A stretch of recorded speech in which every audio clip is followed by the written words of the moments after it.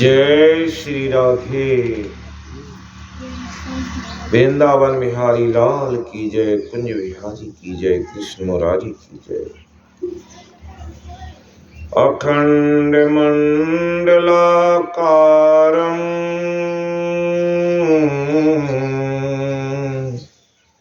व्याप्तमेन चराचरं तत्पदं दर्शितं तस्मै श्री गुरुवे नमः। जय जय मीन बराह कमठ नरहरि बावन बली। परशुराम रघुवीर कृष्ण कीर्ति जग पावन। बोध कल की व्यास पृथो हरिहंस मनवंतर। जगदीशव है ग्रीव ध्रुव वरदैन धनवंतर। बद्रीपति दत्त सनकादिक करुणा करो। 24 रूप लीला रुचिर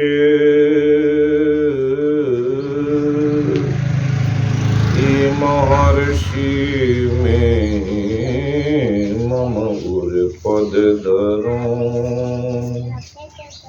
मूकम करोति वाचालं पंगुं लंघते गिरिं। तत्कृपातमहं वन्दे परमानन्दमाधवं। वन्दे परमानन्दमाधवं।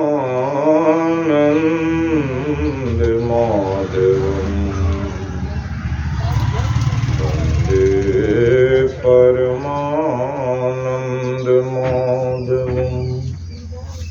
समवेत समादरणीय सदात्माओं, सबकी आत्मा में विराजमान उस परम पुरुष परमात्मा को बारंबार प्रणाम। हम लोग कई दिनों से जीवन के उद्धार के लिए जो कई रहस्यमयी बात है उसको सुन रहे हैं। इसी क्रम में हम लोग एक भजन को सुनेंगे और फिर आगे के कार्यक्रम को सुनेंगे।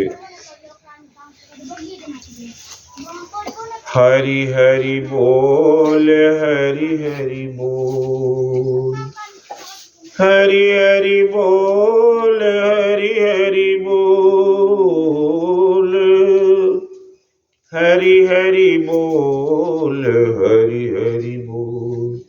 केशव माधव हरि हरि बोल, केशव माधव हरि हरि बोल, हरि हरि बोल, हरि हरि बोल।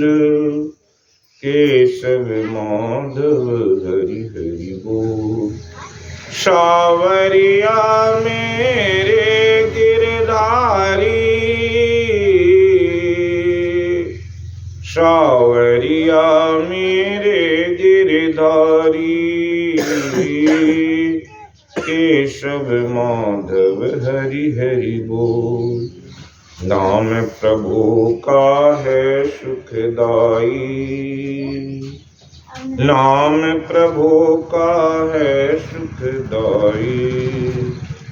पाप कटेंगे क्षण में भारी, नाम प्रभु का है सुखदाई। क्षण में कटेंगे पाप कटेंगे क्षण में भारी। नाम का पीले अमृत घोल, केशव माधव हरि हरि बोल, केशव माधव हरि हरि बोल। मुकुंद माधव गोविंद बोल, केशव माधव हरि हरि बोल। केशव माधव हरि हरि बोल, गोविंद माधव हरि हरि बोल। केशव माधव हरि हरि बोल, मुकुंद माधव गोविंद बोल, गोविंद माधव हरि हरि बोल। नाम का पीले अमृत घोल, केशव माधव हरि हरि बोल, केशव माधव हरि हरि बोल। सबरी अहिल्या सदन कसाई, सबरी अहिल्या सदन कसाई। नाम जपन से मुक्ति पाई, सवरी अहिल्या सदन कसाई। नाम जपन से मुक्ति पाई। नाम की महिमा है बेतोल, केशव माधव हरि हरि बोल, गोविंद माधव हरि हरि बोल, गोविंद माधव हरि हरि बोल। केशव माधव हरि हरि बोल, केशव माधव हरि हरि बोल, केशव माधव हरि हरि बोल, केशव माधव हरि हरि बोल, केशव माधव हरि हरि बोल। जीव उद्धार का द्वार पुकार कहा, घट भीतर ही सतसंतों ने।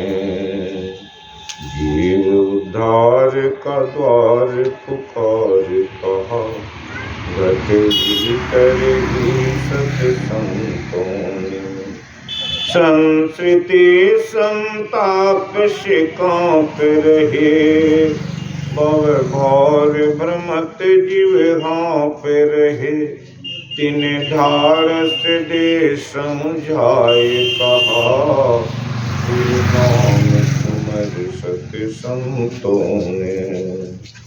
गुरु ध्यान धरो मन में अपने, तिल द्वार लखो तन में अपने। श्रुति जोड़ी चलो धुनि धारण में, ये यत्न कहे सत संतों ने।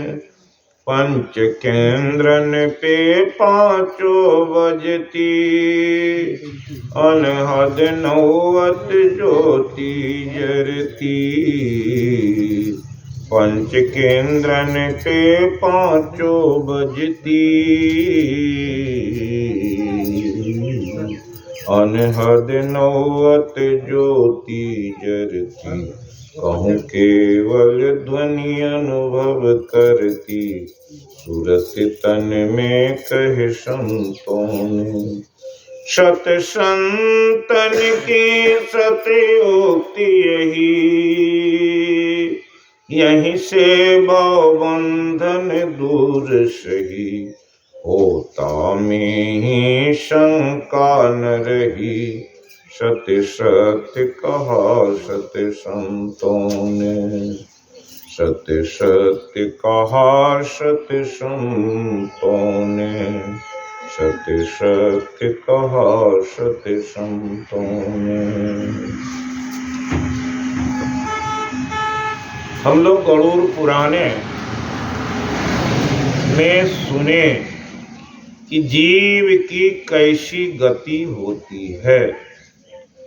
देव मार्ग से जाने वाले की गति, यम मार्ग से जाने वाले की गति, भक्ति मार्ग से जाने वाले की गति, और स्वयं जो भक्त होते हैं, संत होते हैं, उनकी कैसी गति होती है, यज्ञ कर्ता की कैसी गति होती है, उसे सुने। अब हम 5वें अध्याय में गरुड़ पुराण के सुनेंगे।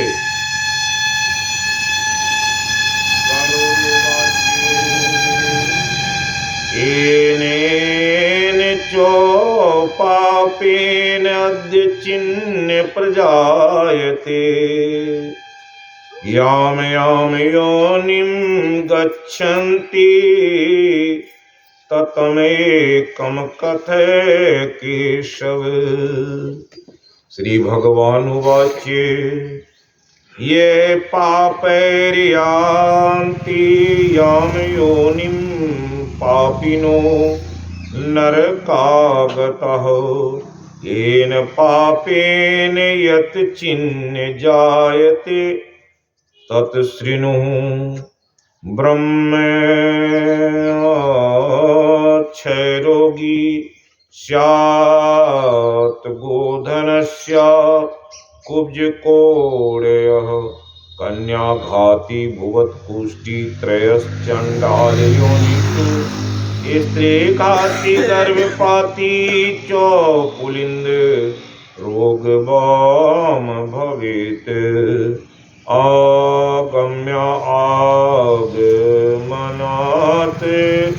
षड्ढो दुष्श्च मार्गुरुत अल्पज्ञः।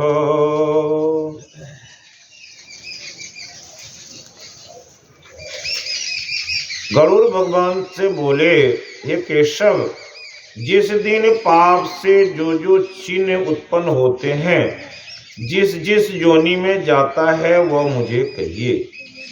श्री भगवान बोले, नरक से आए हुए पापी जिन पापों से जिस योनि में जन्म लेते हैं, जिस पाप से जो चिन्ह होते हैं, वह तुम सुनो। ब्रह्म हत्यारा क्षय रोगी होता है, गौ का हत्यारा कुबड़ा और जड़ होता है, कन्या को मारने वाला कोढ़ी होता है। ये तीनों चंडाल की योनि में उत्पन्न होते हैं। स्त्री को मारने वाला तथा गर्भ को गिराने वाला पुलिंद मलेच्छ जाति के में रोगी होता है। पुत्री पुत्र वधू आदि अगम्य स्त्रियों में गमन करने से नपुंसक होता है, और गुरु की स्त्री में गमन करने वाला दुष्चर्म रोग से पीड़ित होता है। मांस खाने वाले का रंग अति लाल होता है, मद्य पीने वाले के दांत काले होते हैं, और ब्राह्मण जीव की चंचलता से अभक्ष को खाता है, उसका पेट बढ़ जाता है। जो दूसरे को न देकर स्वयं ही मिष्टान खाता है, उसके गलगंड रोग होते हैं। और श्राद्ध में जो अशुद्ध अन्न देता है, उसके चित्र नामक रोग होता है, जिससे शरीर सफेद हो जाता है। अभिमान से गुरु का अपमान करने वाले मृगी रोग से पीड़ित होते हैं। वेद तथा शास्त्र की निंदा करने वाला निश्चय पांडु रोगी होता है। झूठी गवाही देने वाला गूंगा होता है। पंक्ति में वेद करने वाला काना होता है। विवाह को बिगाड़ने वाला बिना ओट का होता है। और जो पुस्तक चुराता है वह जन्म का अंधा होता है। गौ तथा ब्राह्मण के लात मारने से वो खज और लंगड़ा होता है, मिथ्याभाषी तुतला कर बोलने वाला होता है और मिथ्या भाषण सुनने वाला बहरा होता है। जहर देने वाला जड़ और उन्मत्त होता है, आग लगाने वाला गंजा होता है, मांस बेचने वाला दुर्भग होता है और पराये मांस को खाने वाला रोगी होता है। हीरा मोती और रत्नों को चुराने वाला हीन जाति में उत्पन्न होता है। स्वर्ण को चुराने वाला कुनखी जिसकी नख काले और बिगड़े होते हैं होता है। धातु मात्र को चुराने वाला निर्धन होता है। अन्न चुराने वाला चूहा होता है। धान जौ कोदो आदि को चुराने वाला मनुष्य टिड्डी होता है। जल को चुराने वाला चातक पपीहा होता है। गर्दस्याते जड़ोन्मतः खलवाटो अग्नि प्रदायकः दुर्भगः फल विक्रेता रोगवान परमांश भुक हीन जातो प्रजाएते रत्न आना पाप हरिक कुनकी स्वर्ण हरता स्यात् धातु मात्र अरोधन अनहरता भवेता कुशल मोघान्यहारकः चातको जल हरता स्यात् विषहरता चो वृश्चिक शांकं पत्रं शृंखलित्वा गन्धसुन्दरी सुवाने मधुदंसे पलंगिधोर्लवनश्च पीपीलिकः तांबूल फल पुष्पादि हरता स्यात् बानर रोगने उपान त्रिने हरता स्यात् एष्योनिषु। विष चुराने वाला बिच्छू होता है। साग पत्ते चुराने वाले मोर होते हैं। उत्तम गंधों को चुराने वाला छुछुंदर और शहद चुराने वाला मधुमक्खी। मांस बेचने वाला गीध होता है। नमक चुराने से चींटी की योनि में प्राप्त होता है। पान फल आदि को चुराने वाले वन में बानर होता है। जूता तृण और कपास को चुराने वाला मेष यानी में उत्पन्न होता है। हिंसात्मक कामों से जीविकोपार्जन करने वाला व्यापारियों और तीर्थ यात्रियों के समूह को मार्ग में लूटने वाला आखिर शिकार का व्यसनी, ये सब बधिक के घर में बकरे होते हैं। जो जहर पीकर मरता है वह पर्वत में काला सांप होता है और जिसका स्वभाव निरंकुश है वह निर्जन वन में हाथी होता है। विश्वदेव को नहीं कर मानने वाले और सर्वभक्षी द्विज लेने वाले ऐसे लोग अयोग की परीक्षा किए बिना भोजन करने वाले पुरुष शून्य वन में बाघ होते हैं। यश्चरोद्रोपजीवी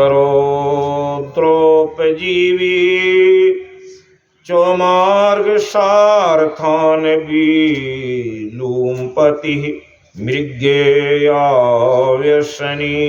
यस्तु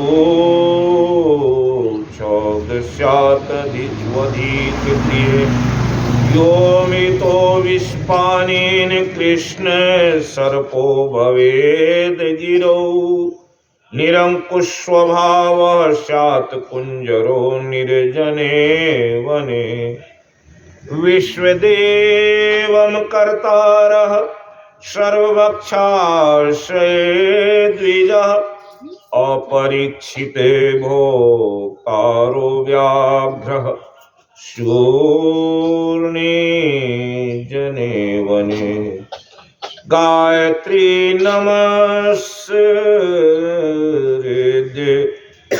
अस्तु यो न संध्यामुपासते अन्ते तुष्टो वरे साधु श्रववेद ब्राह्मणो वकः अयाज्य को विप्र श्रववेद ग्राम शूकर हरो बहुयाजित्वात् कापो निर्मंत्र भोजनात्। जो गायत्री का स्मरण नहीं करता, संध्योपासना नहीं करता, भीतर से दुष्ट तथा बाहर साधु ऐसा ब्राह्मण बगुला होता है। यज्ञ करने के अयोग्य जनों से जो यज्ञ कराता है वह ब्राह्मण गांव का सुअर होता है। बहुत जनों का पुरोहित गधा और मंत्र रहित भोजन करने से कौवा होता है। योग्य जन को विद्या नहीं देने वाला ब्राह्मण बलवान बैल होता है। जो शिष्य गुरु की सेवा नहीं करता वह गोकुल पशु होता है। गुरु से ओंकार टुंकार करके ब्राह्मण को बाद में जीत कर निर्जल अरण्य देश में ब्रह्म राक्षस होता है। प्रतिज्ञा करके जो ब्राह्मण को दान नहीं देता वह जम्बू श्यार होता है। जो सज्जन का सत्कार नहीं करता वह अग्निमुख पार होता है। पात्र विद्याम दाता चौबली वेत द्विज। गुरु सेवाम करता शिष्य स्यात् गोखुरे पशु। गुरु कृतिकार प्रियम निरे। जित्येवादतः अरण्ये निर्जलो देश जायते ब्रह्म राक्षसः। प्रतिश्रुतं द्विजे दानं दत्त्वा जम्बुको भवेत्। शताम शतकारकरः फेतकारोऽग्नि मुखो भवेत्। मित्र ध्रुवोंगे गृधः स्यात् उलुक क्रय वंचनात्। वर्णाश्रम परिवारात् कपोतो जायते वने। आशाद छेद करो यस्तु स्नेह छेद करस्तु यः। यो द्विषात् परित्यागी चक्रवाके चिरं भवेत्। मातृपितृ गुरु दोषी भग्नि भ्रातृ वैरकृतः। गर्भे योनि विनष्ट स्यात्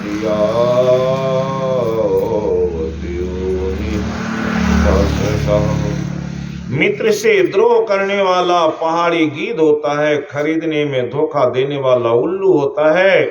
वर्णाश्रम में की निंदा करने से वन में कबूतर होता है। आशा को तोड़ देने वाला, स्नेह को बिगाड़ देने वाला और द्वेष से स्त्री परित्याग करने वाला बहुत काल तक चक्रवाक पक्षी चकवा होता है। माता पिता गुरु से द्वेष करने वाला और भाई बहन से बैर करने वाला जीव 1000 योनि तक गर्भ में ही नष्ट हो जाता है। सास ससुर को गाली देने वाली, नित्य कलह करने वाली, पति को धिक्कार आदि से धमकाने वाली स्त्री जोंक या जूं होती है। जो अपने पति को छोड़कर परपुरुष से प्रेम करती है वह स्त्री घर की गोह अथवा 2 मुख वाली सर्पिनी होती है। जो अपने गोत्र की स्त्री का सेवन करने से अपने गोत्र को बिगाड़ता है वह तरछू और शल्लक होकर जीज की योनि में उत्पन्न होता है। तामसी स्त्री में गमन करने वाला कामी पुरुष मरुदेश में पिशाच होता है। यौवन को प्राप्त नहीं हुई स्त्री के साथ भोग करने वाला अजगर होता है। गुरु की स्त्री से भोग की इच्छा करने वाला मनुष्य कर्कट होता है। रानी में गमन करके दुष्ट और मित्र की स्त्री में गमन करके गधा होता है। गुदा में गमन करने वाला पुरुष विष्टा खाने वाला सुगर होता है। स्त्री का पति बैल होता है। जो बड़ा कामी होता है वो काम में लंपट घोड़ा होता है।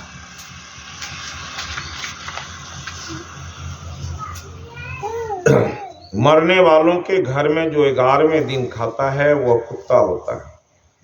देवलक ब्राह्मण कुकुर की योनि में उत्पन्न होता है। अधम ब्राह्मण द्रव्य के लिए देवता की पूजा करता है वह देवलक नाम देवता और पितरों के कर्म में निंदित है। महापातक से प्राप्त घोर नरकों को प्राप्त होकर कर्म के क्षीण होने पर महापातक की इस संसार में पैदा होते हैं। ब्रह्म हत्यारा गधा ऊंट भैंस की योनि जाता है। मदिरा पीने वाले भेड़िया, कुत्ता तथा सियार की योनि में जाते हैं। स्वर्ण चुराने वाला कृमि और कीट पतंगों की योनि में जाता है। गुरु की सैया में जाने वाला कर्म से तीन गुल्म और लता की योनि होती है। पर स्त्री का हरण करने से, किसी की धरोहर दबा लेने से, ब्राह्मण का दर्भ हर लेने से ब्रह्म राक्षस होता है। मृतस्येकादशान्तुं भुञ्जान स्वाविजायते लभे देवलोके विप्रो योनि कुकटसंज्ञकम् द्रव्यार्थ देवता पूजाय करोति द्विजाधम श्रवे देवले को नाम व्ययेषु गर्हित महापातक जंघो अन्नरे कान पाप दारुणम् कर्म क्षय प्रजायन्ते महापातकीन त्वस्वः स्वरोष्ट महिषीनां हि ब्रह्महायोनि मृच्छति विरिक्शवान् शृङ्गालः नाम सुराया पायन्ति कृमि कीट पतंग त्वं स्वर्णस्तेयी समाप्नुयात् तेन गुल्मन् काम त्वं चक्रेम सो गुरु अल्पज्ञः परस्य योषिते हित्वा संन्यासापहरणेश्च ब्रह्मस्वो हरणाश्चैव जायते ब्रह्म राक्षसो। ऊंट भैंस की योनि, पाता मदिरा पीने वाला भेड़िया, कुत्ता सियार की योनि में जाते, स्वर्ण चुराने वाला कृमि और पतंग की योनि में, गुरु की सैया जाने वाला क्रम तीन गुण और लता की योनि में जाता है।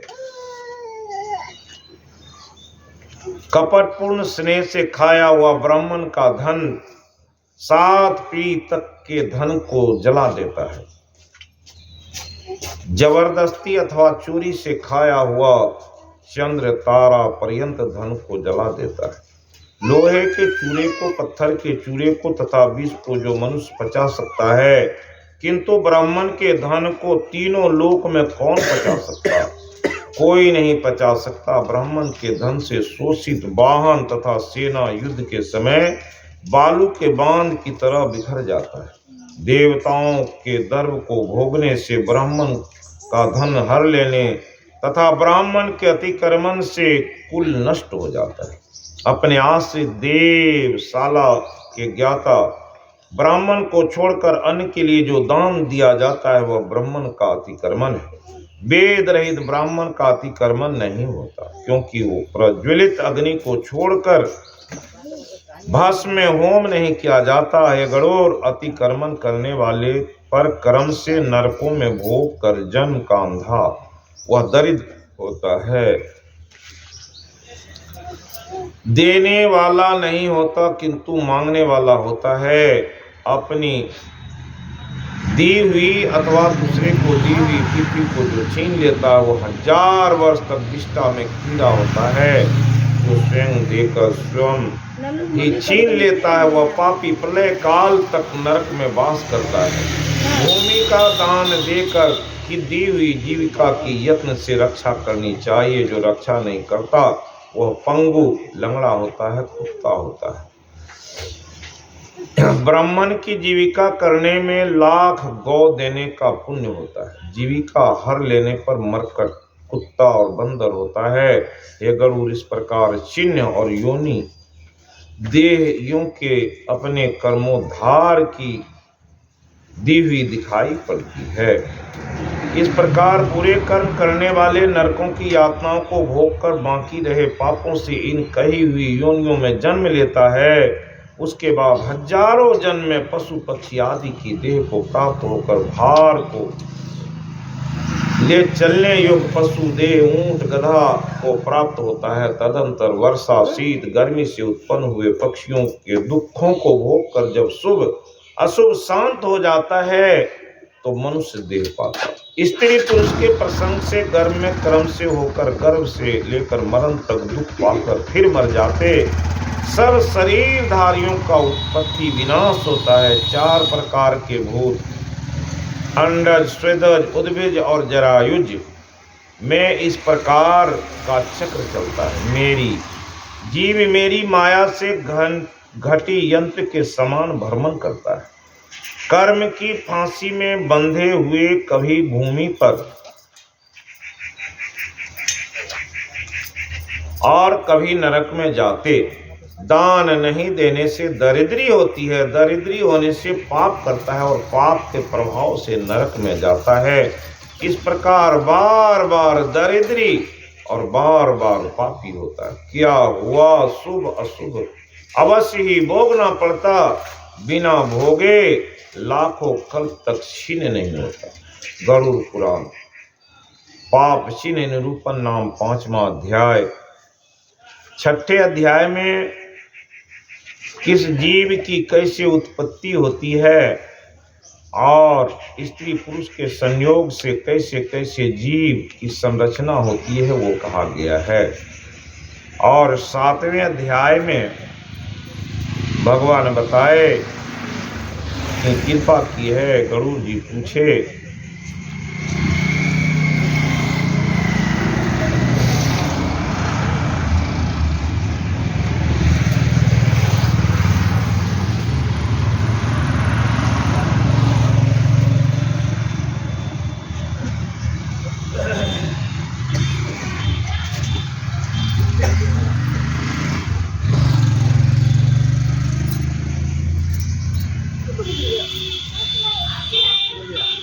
सुतवादिति श्रुत्वा गरुकम्पितोपजनानाम् उपकारार्थ पुनः प्रपच्य केशव। और भगवान से कहते हैं गरुड़वाच कृत्वा पापनीम मनुजा प्रसादात बुद्धि तोपि वह नयान्ति आत्माम या केनोपायन कथ्यतान संसारान्वन्मग्नः नानान्तरान्दी चेतसां पापो हते बुद्धि नाम विष्यो पहतात्मानमुद्धार अर्थवत् स्वामिन पुराणार्थे विनिश्चितम् उपायेन मनुज्या सद्गति यान्ति माधवः। भगवानुवाच साधु पृष्टः त्वया तार्क्ष्ये मानुषाणां हिताय वे शृणुषु वावितो भूत्वा सर्वते कथयामि अहम् दुर्गति कथिता पूर्वं पुत्रः नाम च पापिनां पुत्राणां धार्मिकानां न कदाचित् खगेश्वरः। बिन जाने पाप को कर कर किस उपाय से यम यातना को प्राप्त न हो उस उपाय को कहिए। संसार रूप समुद्र में डूबे हुए अनिश्चित चित्त वाले विषयों से पीड़ित आत्मा वाले ऐसे पापियों के उद्धार के लिए स्वामी ने पुराण के अर्थ का जो निश्चित है उसे कहिए हे माधव, वह ऐसा उपाय जिससे मनुष्य सद्गति को प्राप्त हो जाता है। भगवान बोले तुमने मनुष्य के हित के लिए बहुत अच्छा प्रश्न किया। अब तुम सावधान चित्त होकर सुनो, मैं तुमसे सब कहूंगा। पहले मैंने पुत्र रहित पापियों की दुर्गति कही है। हे खगेश्वर, पुत्र वाले धर्मात्मा की कभी दुर्गति नहीं होती। यदि धर्मात्मा जिनके किसी कर्म के विरोध से पुत्र की उत्पत्ति न हो तो किसी उपाय से पुत्र उत्पन्न होने का साधन करे। हरिवंश की कथा को सुनकर भक्ति पूर्वक सच्चंडी का विधान करके शिव की आराधना करके श्रेष्ठ बुद्धि वाला पुरुष पुत्र को उत्पन्न करे, पूम नामक नरक से पिता को बचाता है। इससे स्वयंभू ने आप ही इसको पुत्र कहा। एक भी पुत्र जन्म निरोधया स्यात् यदि केनो पापि कर्मणः तदा कश्चित् उपायेन पुत्रोत्पत्ति प्रसादेत। हरिवंश कथां श्रुत्वा सत्चंडी विधानतः भक्तया श्री शिवेम आराध्य पुत्रम उत्पादयेत सुधे। पुमनामनो नरकाद्यस्मात् पीतरा त्रायते सुतः तस्मात् पुत्र इति प्रोक्तः स्वयं एव स्वयंभुवः।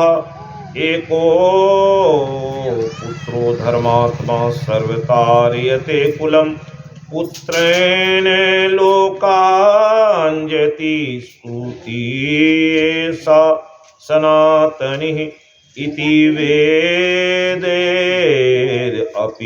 प्रोक्तं पुत्रमाहात्म्यमुत्तमं तस्मात् पुत्रम् उखण्ड दृष्ट्वा मुच्यते पितृकादृश्नात् पौत्र स्यात् अस्पर्शनात् मृत्युर्मुच्यते ऋणत्रयात् लोकान् दिवः प्राप्ति पुत्र पौत्र प्रपौत्रके।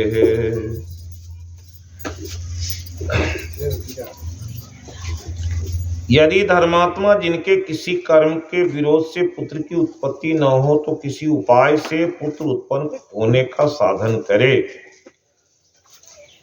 पूम नामक नरक से पिता को बचाता है। इससे स्वयंभू ने आप ही इसको पुत्र कहा। एक भी धर्मात्मा पुत्र सब कुल को तार देता है। पुत्र द्वारा पुरुष लोकों को जीतता है। यह सनातनी श्रुति है। यह उत्तम पुत्र का महात्म्य है। वेदों में ने भी कहा है, पुत्र का मुख देखकर पिता पितरों के ऋण से मुक्त हो जाता है। पौत्र के स्पर्श करने से मनुष्य 3 प्रकार के ऋण से छूट जाता है। पुत्र, पौत्र और प्रोपत्र से स्वर्ग की प्राप्ति होती है। ब्रह्म विवाह से विवाही गई पत्नी से उत्पन्न पुत्र ब्रह्मोड़ा होता है। वह पुत्र स्वर्ग आदि लोकों में पहुंचाता है। अविवाहिता से उत्पन्न पुत्र नरक में पहुंचाता। यह जानकर मनुष्य हीन जाति के पुत्रों का त्याग करे। गरुड़ स्वर्णा स्त्रियों में सवर्ण स्त्री पतियों से जो औरत पुत्र उत्पन्न होता है वे ही श्राद्ध के दान से दूतों को स्वर्ग के कारण होते हैं। पुत्र द्वारा दिए हुए श्राद्ध से मनुष्य स्वर्ग को जाता है। यही क्या अपितु दूसरे से दिए हुए श्राद्ध से प्रेत भी स्वर्ग को प्राप्त हुआ। यह आख्यान सुनो। यहाँ मैं पुराने इतिहास का उदाहरण दूंगा जो और दैहिक दान के बड़े महत्व को सूचित करने वाला है। पहले त्रेता युग में महाबलवान और धर्म में निष्ठा रखने वाला बब्रुवाहन नाम का राजा सुंदर महोदयपुर में था। वह यज्ञ करने वाला, दान का पति, लक्ष्मीवान, ब्राह्मणों का भक्त, साधुओं में प्रीति रखने वाला, शील आचार तथा गुणों से युक्त, दया तथा चतुराई से युक्त था।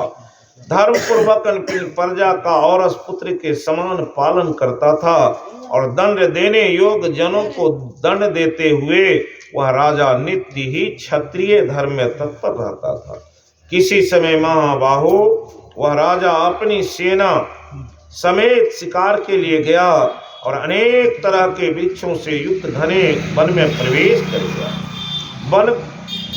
वह वन अनेक तरह के मृगों के झुंड से भरा हुआ था। नाना प्रकार के पक्षियों से शब्दामान था। उस वन के मध्य में राजा ने एक मृग को देखा। उस राजा के अत्यंत दृढ़ बाण से बेधा गया। वह मृग राजा के बाण को लेकर अदृश्य हो गया। तब राजा रुधिर से, खून से गीली घास को देखता हुआ उस हिरण के पीछे गया। इस तरह हिरण का पीछा करता हुआ वो दूसरे वन में प्रवेश कर गया। भूख से जिसका कंठ दुर्बल हो गया तथा श्रम के संताप से मूर्छित हुआ वह राजा एक ताला तालाब के पास पहुंचा और घोड़े समेत उस तालाब में स्नान किया। कमल आदि के गंध से सुगंधित उस तालाब का जल पिया। उसके बाद वह बबरू वाहन राजा जल से निकलकर जैसे ही बाहर गया, फिर उसने शीतल छाया वाले बड़ी बड़ी शाखाओं से युक्त बहुत ही विस्तार वाले मनोहर वन वृक्ष को देखा, जो अनेक तरह से पक्षियों के समूह से शब्दामान हो रहा था। सबसे ऊंचा होने के कारण उस वन की पताका के समान वह वृक्ष था। जड़ को में जाकर वह राजा बैठ गया। उसके बाद उस राजा ने भूख प्यास की पीड़ा से व्याकुल इंद्रियों वाले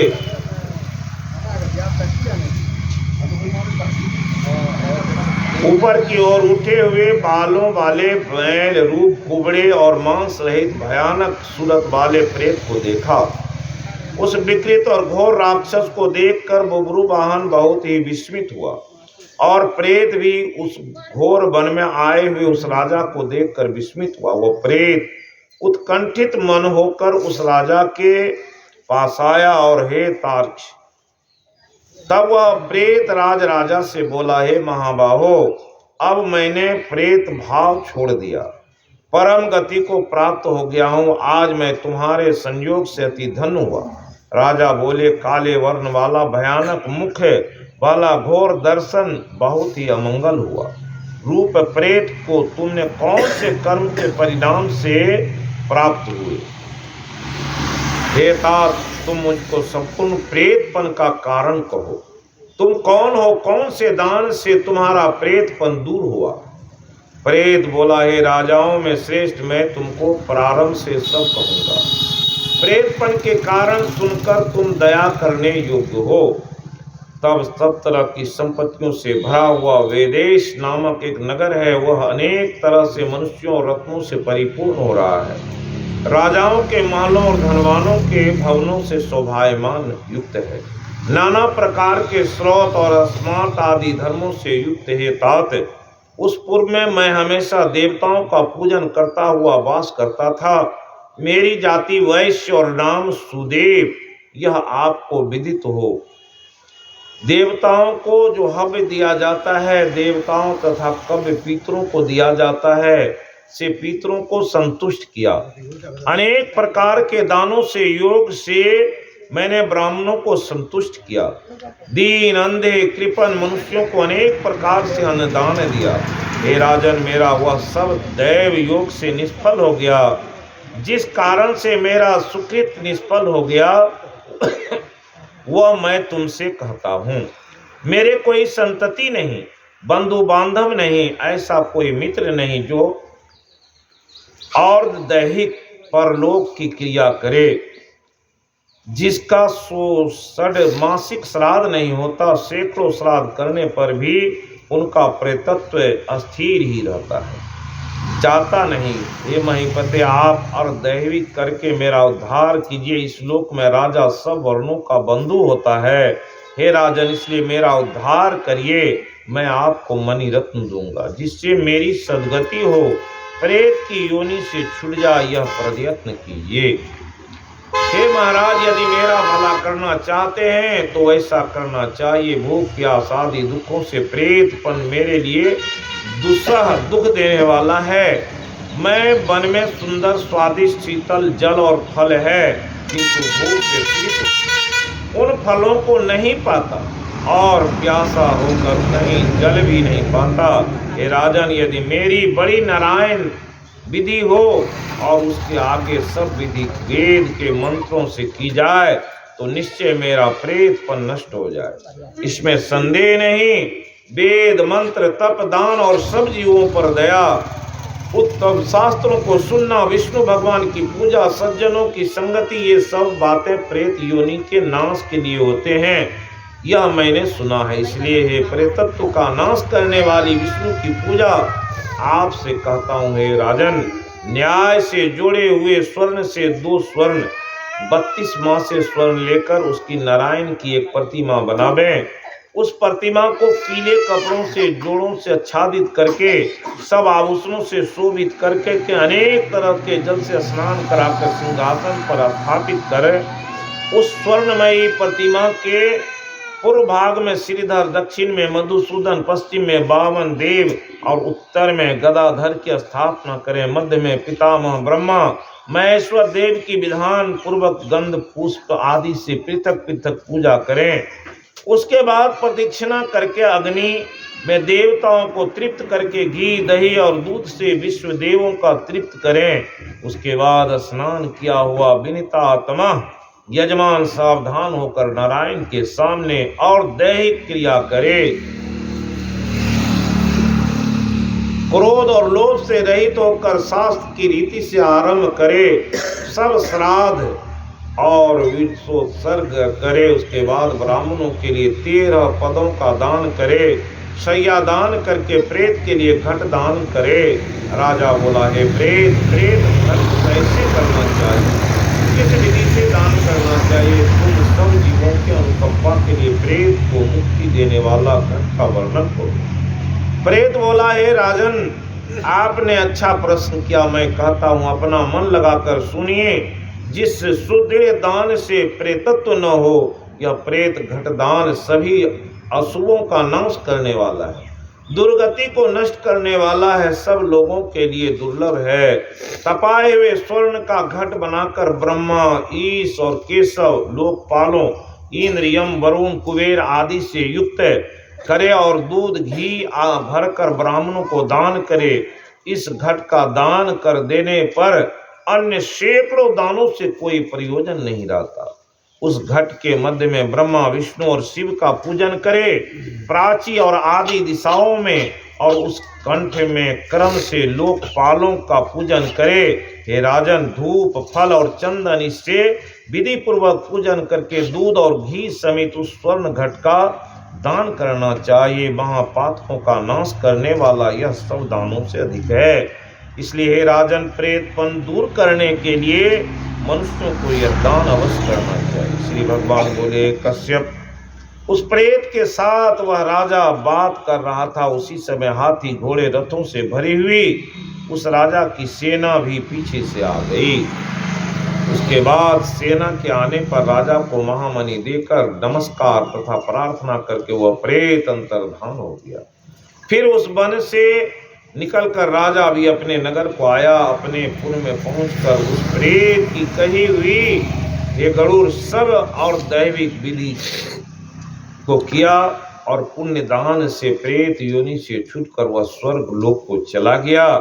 दूसरे के दिए हुए श्राद्ध से भी उत्तम गति को प्राप्त हुआ, तो पुत्र द्वारा किए हुए श्राद्ध से पिता सद्गति को प्राप्त हो जाता है। इसमें क्या आश्चर्य। इस पवित्र इतिहास को जो सुनेगा सुनावेगा, वे दोनों पापी होने पर भी प्रेत योनि को प्राप्त नहीं होगा। इस प्रकार गरुड़ जी ये 7वें अध्याय में बताए। और इस कथा को सुनने से पता चलता है कि पुत्र के द्वारा किए हुए श्राद्ध के लिए कितना यत्न करना चाहिए। ये अभी आप सुने और ये भी सुने, उद्धार के उपाय भी सुने कि भक्ति एक ऐसी शक्ति है कि जो स्वयं कर सकते हैं। कौन किया? ऐसे कितने लोग हुए जो स्वयं अपना उद्धार किए। और पुत्र हो सकता है, कुपुत्र हो जाए, लेकिन स्वयं की तैयारी। कल भी बोले थे, क्या बच जाना कहाँ चाहते। ये मनुष्य शरीर मिला है और मनुष्य शरीर मिलने के बाद क्या करना चाहिए। इसलिए रामायण में लिखा कि जड़ चेतन की ग्रंथि पर गए मृषा छूटत नाही। ये हम लोग संसार में आए, आते ही जन्म होते ही माता से भेंट हो गई, थोड़े दिन में पिता से, और फिर भाई बंधु कितने से संबंध हो जाते, और वो संबंध कैसा है, उस संबंध से छूटने के क्या उपाय। इसलिए तो गोकर्ण जी अपने पिता को ये ज्ञान समझाए। जैसे श्राद्ध अभी सुने कि राजा ने किया, वैसे ही श्राद्ध गोकर्ण जी अपने भाई के किए। क्योंकि गोकर्ण और धुंधकारी के बारे में आप लोगों ने सुना होगा, कैसे ब्राह्मण जो पुत्रहीन थे और हर जगह सुनते, लोग जो बांझ होते हैं उसकी अगर यात्रा पर भेंट हो जाए तो लोग कहते काम नहीं बनता। बांझपन के बोझ से वो ब्राह्मण आत्मदेव बहुत घबरा गया और एक दिन अपनी आत्महत्या करने के लिए एक नदी में कूदना चाह रहा था। उसी समय में एक संत देखा, अरे ब्राह्मण क्यों नदी में कूद रहे हो, रुक जाओ। अपनी व्यथा सुनाए और अपनी व्यथा सुना करके क्या हुआ, बोले मुझे मरने दी, मेरे पास एक गाय है, वो गाय भी बच्चा नहीं देती, खेत में बीज डालते वो बीज भी नहीं अंकुरित होता है, मैं इतना बड़ा पापी और इतना बड़ा बांझी हूं, और मेरी पत्नी मुझे दुत्कारती, समाज के लोग मुझे बांझ कहते हैं, मेरे मुख को देख करके लोग मुंह फेर लेते हैं, इसलिए मैं अपनी आत्महत्या कर। उस संत ने कहा, देखो ये फल मैं देता हूं, इसे ले आकर के तो अपनी पत्नी को खिला देना, इससे क्या होगा, तुम्हारी पत्नी गर्भवती होगी, पुत्र होगा, वो पुत्र बड़ा ही पुण्यवान धर्मज्ञ होगा जो तुम्हारे वंश का उद्धार करेगा। ये बात कह करके उसे फल दिया। फल लेकर के जैसे ही आए तो क्या हुआ, घर में आते ही अपनी पत्नी को, जिसका नाम धुंधली था, उसे दिया कि देखो एक संत मिले थे, ये फल दिया है, इसे खा लोगे तुम गर्भवती हो जाओ और एक सुंदर पुत्र का जन्म होगा और हम लोग बांझपन से छूट जाएंगे। ऐसा बात सुन करके वो धुंधली सोची, ये फल खाएंगे और फल खाने से गर्भवती हो जाएंगे। तो कई महिलाओं से विचार किया। एक उसमें उसकी मुंह बोली बहन लगती थी, उसने कहा, बहन ये बड़ा कष्टकारी काम है, फल खाओगे तो क्या होता है, गर्भ ठहरने पर पेट बढ़ जाता है, चलने फिरने में बहुत कष्ट होता, और फिर न जाने पुत्र को जन्म देने पर ऐसी स्थिति होती है, कभी कभी पुत्र को जन्म देने पर माता भी अपने प्राण धो लेती है। इसलिए बहन इस फल को इस गाय को खिला दो, और मेरे ऐसी स्थिति है कि मैं गर्भवती हूं, समय आएगा तो तुम्हें मेरे जो पुत्र होंगे वो तुझे दे दूंगी, तुम थोड़ा धन दे देना, बस इतना ही करो। ये बात उसे पसंद आई, ये सलाह पसंद आई, और धुंधली उस फल को गाय को खिला दिया। वो गाय जो बांझ थी उसके यहाँ। आत्मदेव अपनी पत्नी से पूछा, फल खाई, कहा खा लिया। और समय आया, 6 महीने बीते, 9 महीने जब बीतने वाले थे, ठीक उसी समय में उस गौ के एक पुत्र हुए। उसके कान गौ जैसे थे और मनुष्य जैसी आकृति थी। उस संतों के प्रभाव से वे उज्जवल और दिव्य चरित्र वाले वैसे पुत्र हुए। देख करके सभी आश्चर्य किए, अरे आओ तो आत्मदेव की गाय भी ऐसे सुंदर पुत्र को जन्म दिया है। और इस बात को जान करके आत्मदेव को बड़ी खुशी हुई। आत्मदेव क्या किया, उस गाय के लिए बड़ी ही सुंदर व्यवस्था की और पुत्र के नामकरण संस्कार कराए। बताए थे 16 संस्कार। संस्कार बच्चों को देना चाहिए। जब गर्भाधान होता है, गर्भ में बच्चे आते, उसी समय में संस्कार की बात होती है। शास्त्रों को सुनाया जाता, बच्चों को बहुत कुछ दिया जाता है। संस्कार किसने दिया? आप लोग सुने होंगे कि अभिमन्यु की कहानी सुने होंगे। अर्जुन और सुभद्रा दोनों एक दिन विश्राम की स्थिति में थे और गर्भ में अभिमन्यु पल रहा था। उसी समय में बोले, अच्छा आप तो युद्ध कला में निपुण हैं, बताइए जब ऐसे चक्रव्यूह की रचना होती है तो कैसे पार पाते?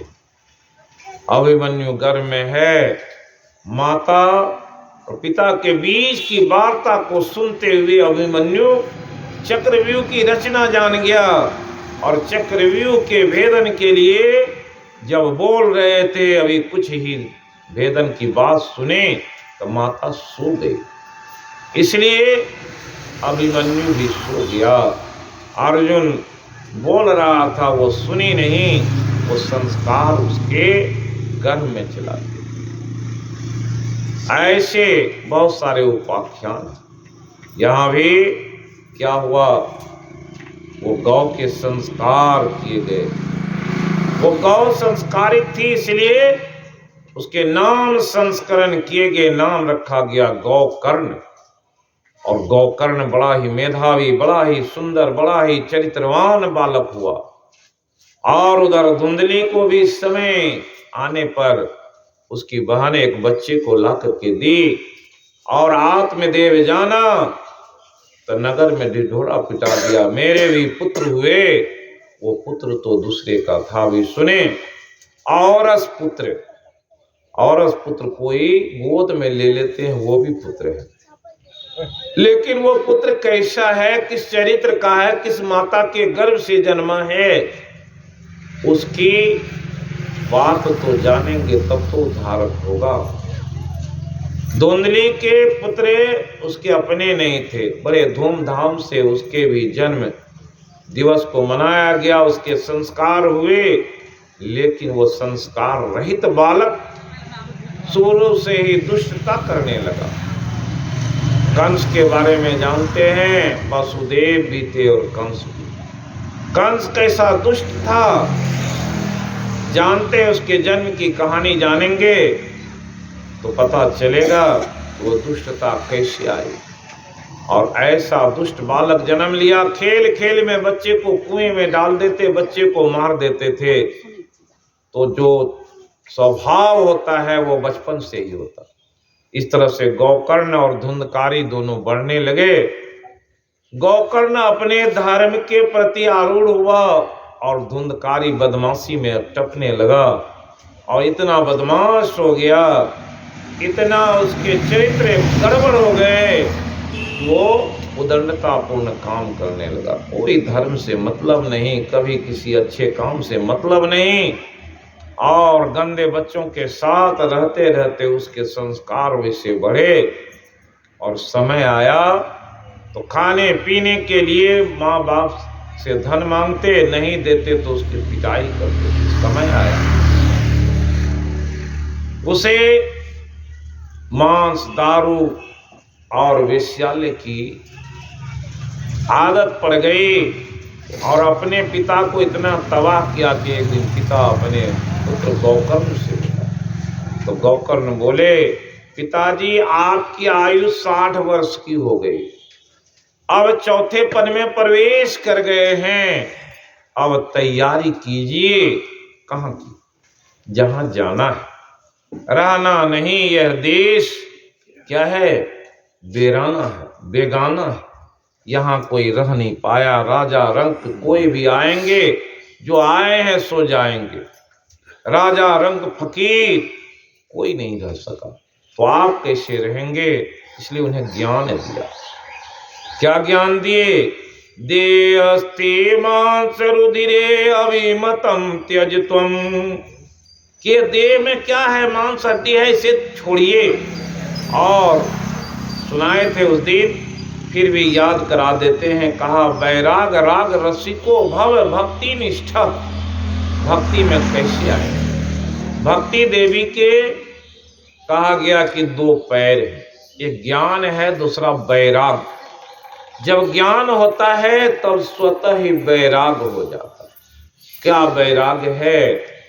राग कहते हैं किसी चीज से जुट जाना, उससे अपने आप को थोड़ा हटा लेना, वो से बैराग कहते हैं।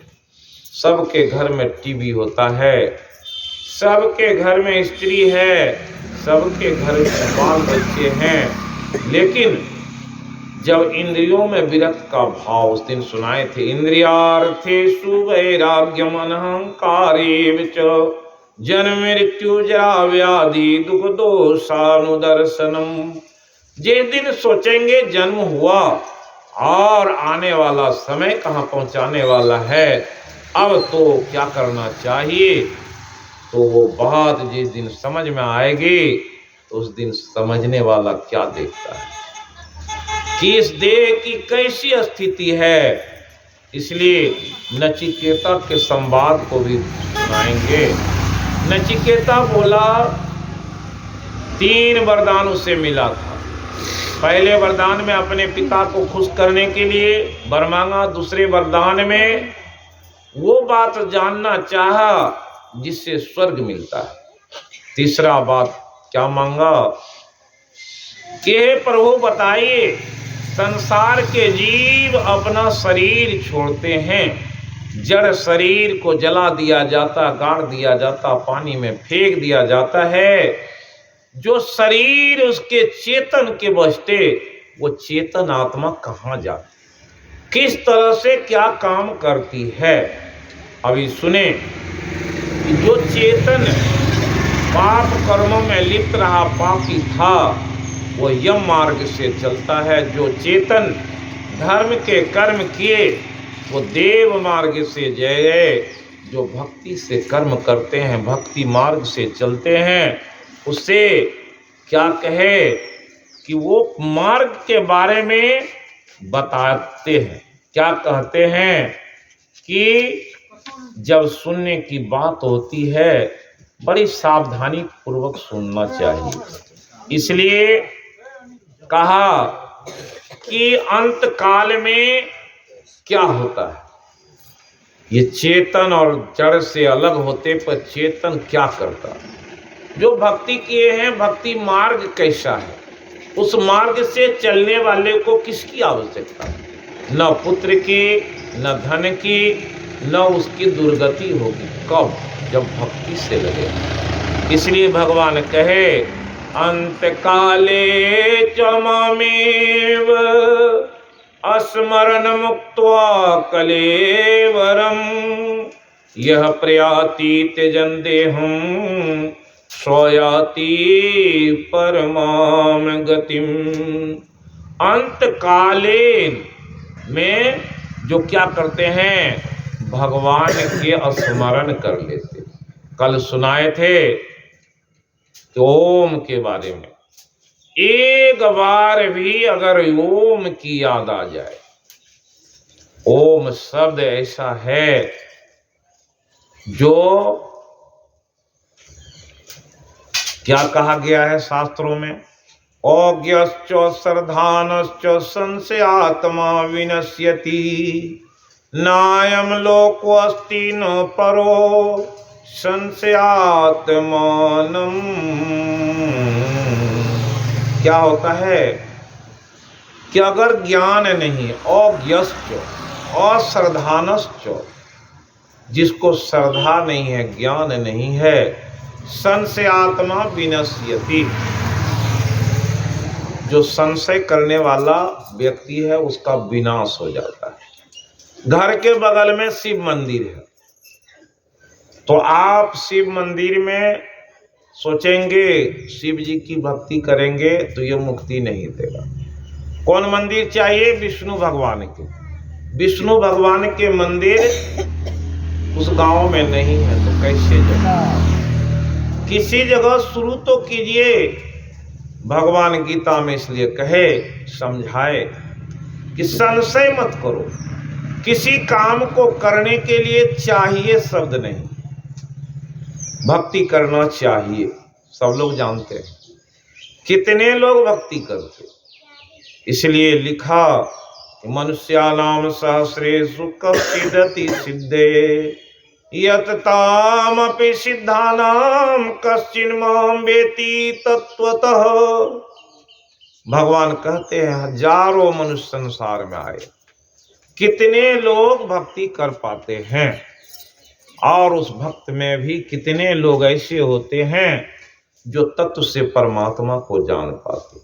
संशय लगा हुआ है। शिव जी के मंदिर में जाएंगे, मुक्ति मिलेगी कि नहीं? हनुमान जी की भक्ति करेंगे, मुक्ति मिलेगी कि नहीं?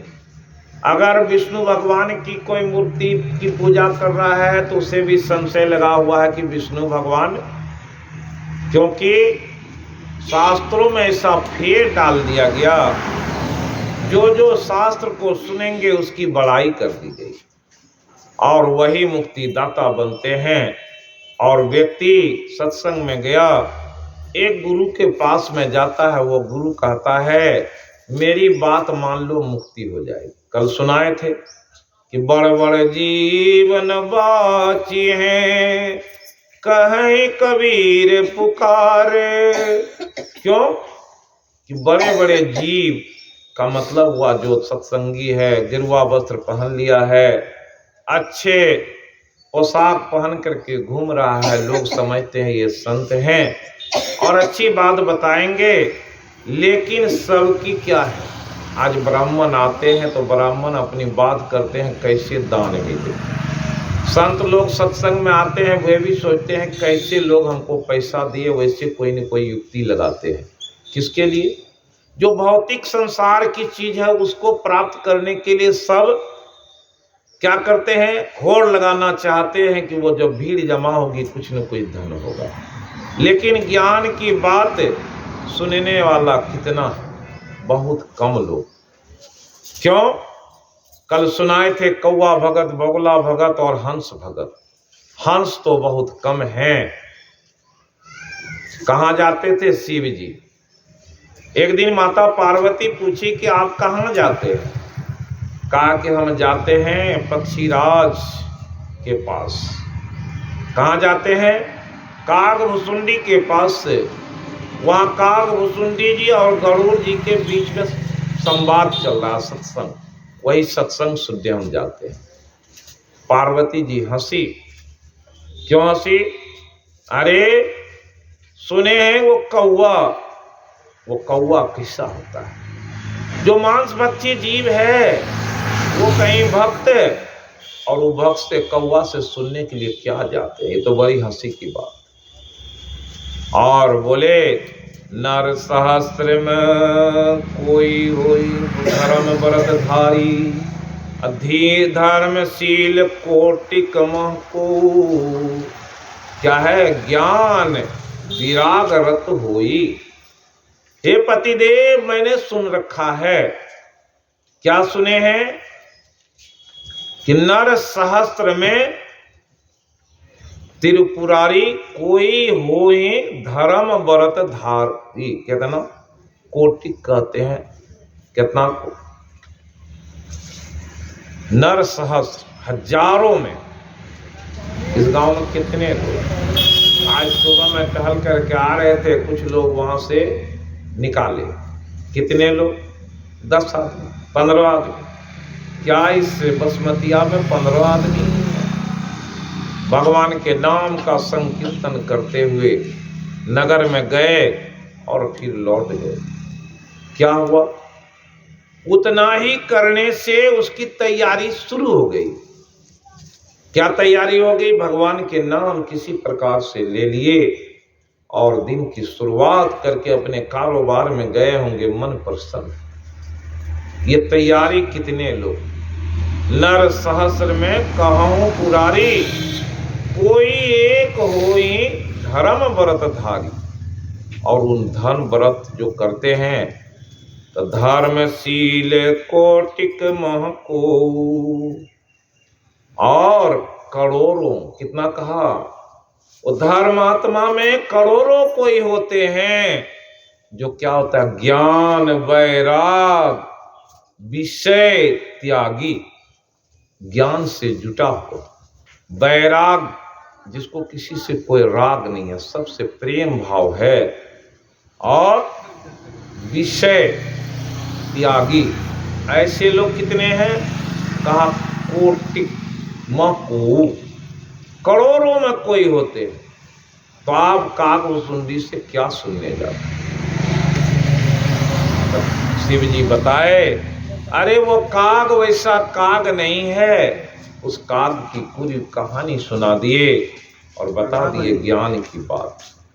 उसी तरह से भगवान कहते हैं, क्या कहे कि संशय, ये संशय को जो मिटा देगा।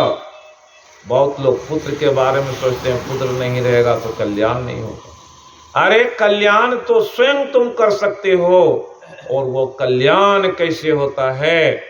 तो एक भजन सुबह में सुनाए कि जीव उद्धार का द्वार पुकार कहा, घट भीतर ही सत संतों ने, संस्कृति संताप से कांप रहे, भव भौर भ्रमर जीव हाँफ रहे, तिन्हें ढाढ़स दे समझाए कहा, गुरु नाम सुमर सत संतों ने।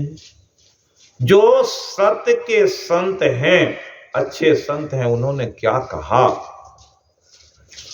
कि जीव उद्धार का द्वार, अरे जीव के उद्धार का द्वार कहाँ है? तो तुम्हारे घट के अंदर, तुम्हारे शरीर में ही वो द्वार कैसा है, उस द्वार से चलोगे, अद्भुत अंतर की डगरिया, जाक पर चलकर प्रभु मिलते, दाता सतगुरु धन्य धन्य जो राह लखा देते, चलत पंथ सुख होत महा है, जहाँ झर झरते, अमृत ध्वनि की नौवत झरते, बड़ भागी सुनते, कहत सुनत सुख लहत अद्भुति। क्या है? ये अंतर में एक रास्ता है, उस रास्ता पर जो चलता है बड़ा सुख होता है। उस सुख कैसे होगा उसको बताए, नाम का सुमरन हो। अगर 4 पुत्र किसी को हैं, हो सकता है वो चारों पुत्र खराब निकल जाए, तुम भी तो पुत्र हो। तुम्हें क्या करना चाहिए? अपने पुत्र की आस क्यों लगाए हुए?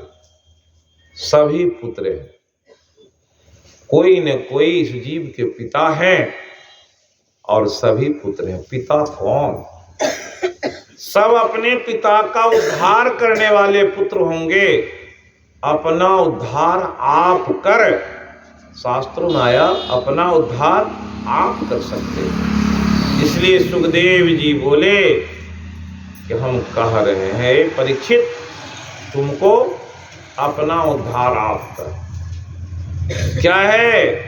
भक्ति मुक्ति करे स्थितः, तुम्हारे हाथ में ही भक्ति भी है और मुक्ति के जत्न भी हैं, तू करता क्यों नहीं? हाथ पर हाथ धर करके क्यों बैठा हुआ है? तो पुत्र कमाएंगे तब हम खाएंगे। इतनी कमा लो कि तुम स्वयं भी खाओ और पुत्र भी तर जाए। इसलिए बड़ी आवश्यकता है ज्ञान को जानने की। यहाँ पर क्या कहे? वाजस्रवा को कैसा पुत्र? वो भी तो एक पुत्र है जो जिज्ञासा किया, पिताजी ये गाय का दान कर रहे हैं, वो बूढ़ी गाय का जो दूध नहीं देती, ब्राह्मण ले जाकर के इससे क्या करें?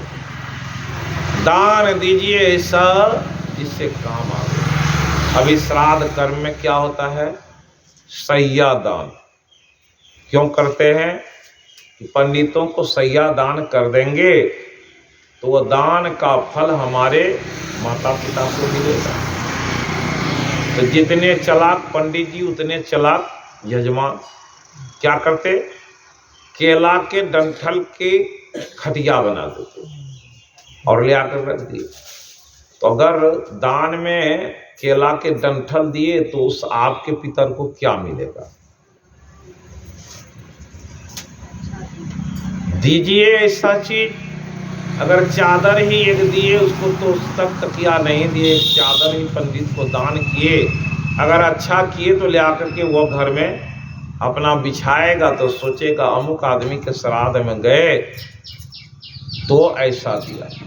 एक पंडित जी की पत्नी आस लगाए बैठी थी कि उसकी साड़ी फट गई थी। तो वो सोचती थी कि अच्छा ठीक है, अब हमारे पति जाएंगे, अमुक आदमी का श्राद्ध है, तो वहाँ साड़ी भी दान में दे मिलेगा, धोती भी दान में मिलेगा, कपड़ा भी मिलेगा, तो लाएंगे तो उसके पहनेंगे। पतिदेव आप जा रहे हैं अमुक जगह श्राद्ध में, वहाँ जो अगर साड़ी धोती जो मिलेगा वो लाइएगा तो उसी से हम अपना निर्वाह करेंगे। ब्राह्मण धर्मनिष्ठ होता है, गरीब से गरीब ब्राह्मण भी है वो धर्म पर चलता है। अब क्या हुआ, श्राद्ध में गए तो लोग क्या देते हैं? ऐसी धोती ऐसी साड़ी देते हैं जिससे बिछावन बनाया जाता है, पहना नहीं जा सकता। ब्राह्मण के लिए धोती चादर अलग से बनाया जाता है। जाएंगे श्राद्ध में देंगे, तुरंत वो गमछी वो चादर वो सारे कपड़े मिल जाएंगे कम कीमत में। तो इसलिए जरूरी है दान भी करें तो कैसा दान। अभी सुने गरुड़ पुराण में कहा कैसा दान करना। जिसको दान करेंगे उसको ऐसे आने देंगे कि जिसको ले आके वो खा ले। जो चीज देंगे वो ऐसा दीजिए जिसका उपयोग कर ले। इसलिए दान का भी बड़ी महत्व है, ज्ञान का बड़ी महत्व है। ज्ञान दान का सबसे बड़ा महत्व है। अभी जो हो रहा है ये क्या हो रहा है? ज्ञान दान हो रहा है, ज्ञान यज्ञ हो रहा है। अगर ये 100 आदमी को हर समय में खिलाते तो वो तो भोजन करके जाते, पचा करके वो समाप्त हो जाते। ये ज्ञान की बात हो रही है। ये ज्ञान से किसी को अगर लाभ मिल गया तो उसका फल कितना होगा, उसका जवाब नहीं है।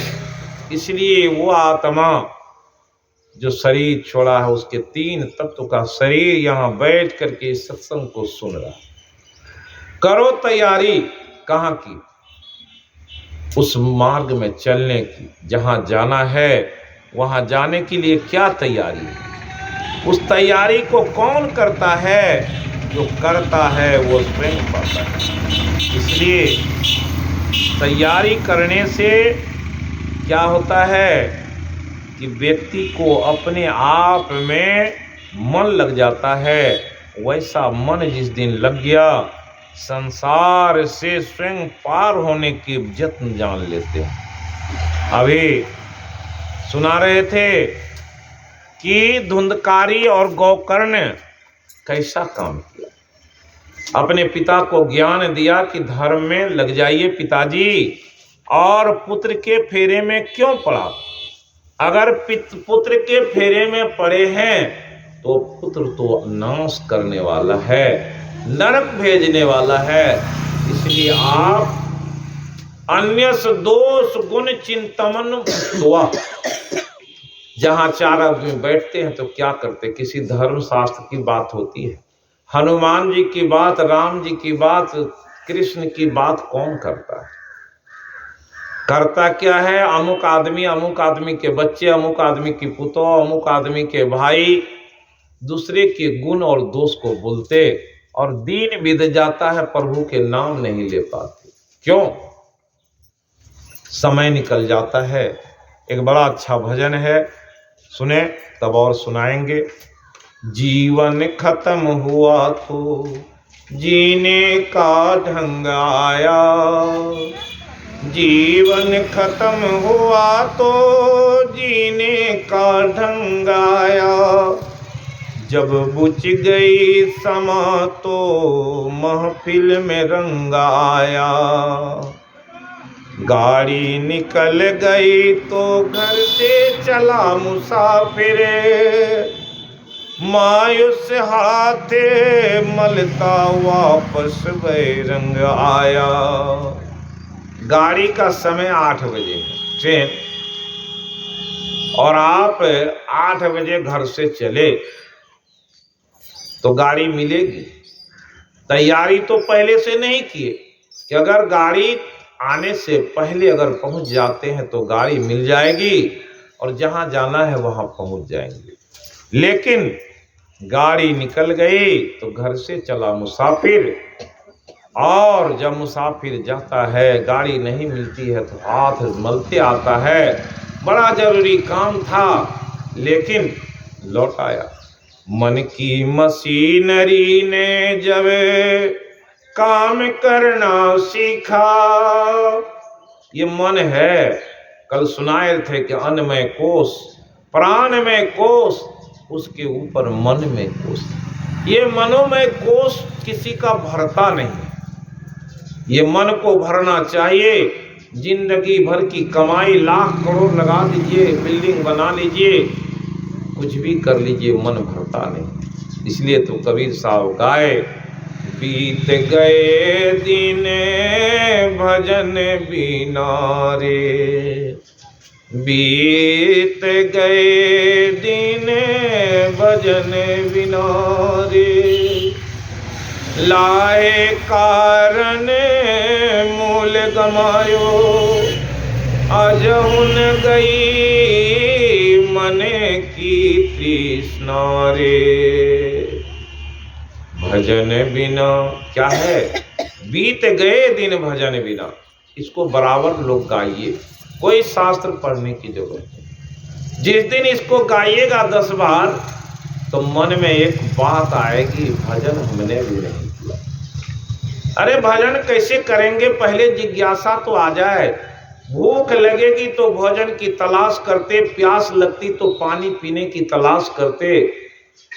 लेकिन जिस दिन ये प्यास हो जाएगी, किसकी प्यास? शरीर के खुराक के लिए तो अन्न में कोष है, प्राण में कोष, मनों में कोष है। लेकिन ये जो चेतन है उसके लिए कौन सी खुराक?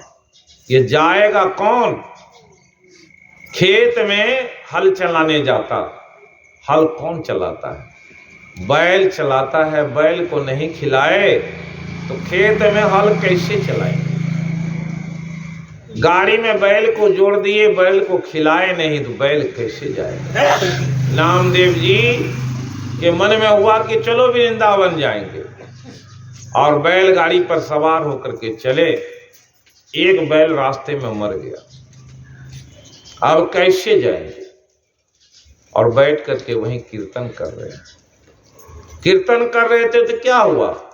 भगवान स्वयं बैल बन के आ करके एक तरफ जुट गए। चल अभी देखे कि ये देखते हैं कि बैल आ गया है और वो बैल गाड़ी में जुटना चाहता है। अरे तुम भी जाएगा क्या वृंदावन? बैल मुड़ी हिलाया, हम भी चले। अपना गाड़ी पर बैठे। अब भगवान क्या किए? क्यों किए? भगवान जब चाहत रहेगी तब तो जिसकी जैसी चाह वैसी राह मिल जाती है। आपकी चाह रहेगी वृंदावन जाने की तो राह लग जाएगी। किसकी राह लगी? करमैती बाई एक ऐसी भक्ति हुई जो सोची कि जीवन मिला है, जो अभी सुने कि मन की मशीनरी ने जब काम करना सीखा। क्या हुआ? अभी सत्संग की अभी बहुत बात सुने, मन अगर तैयार भी हो गया तो क्या हुआ? तब बुरा बूढ़े तन के क्या हुआ? मन की मशीनरी ने जब काम करना सीखा, तब बूढ़े तन के हर पुर्जे में जंग आया। क्या हुआ? उम्र ज्यादा हो गई माताजी का, अब उसके हर कल पुर्जे में क्या हुआ?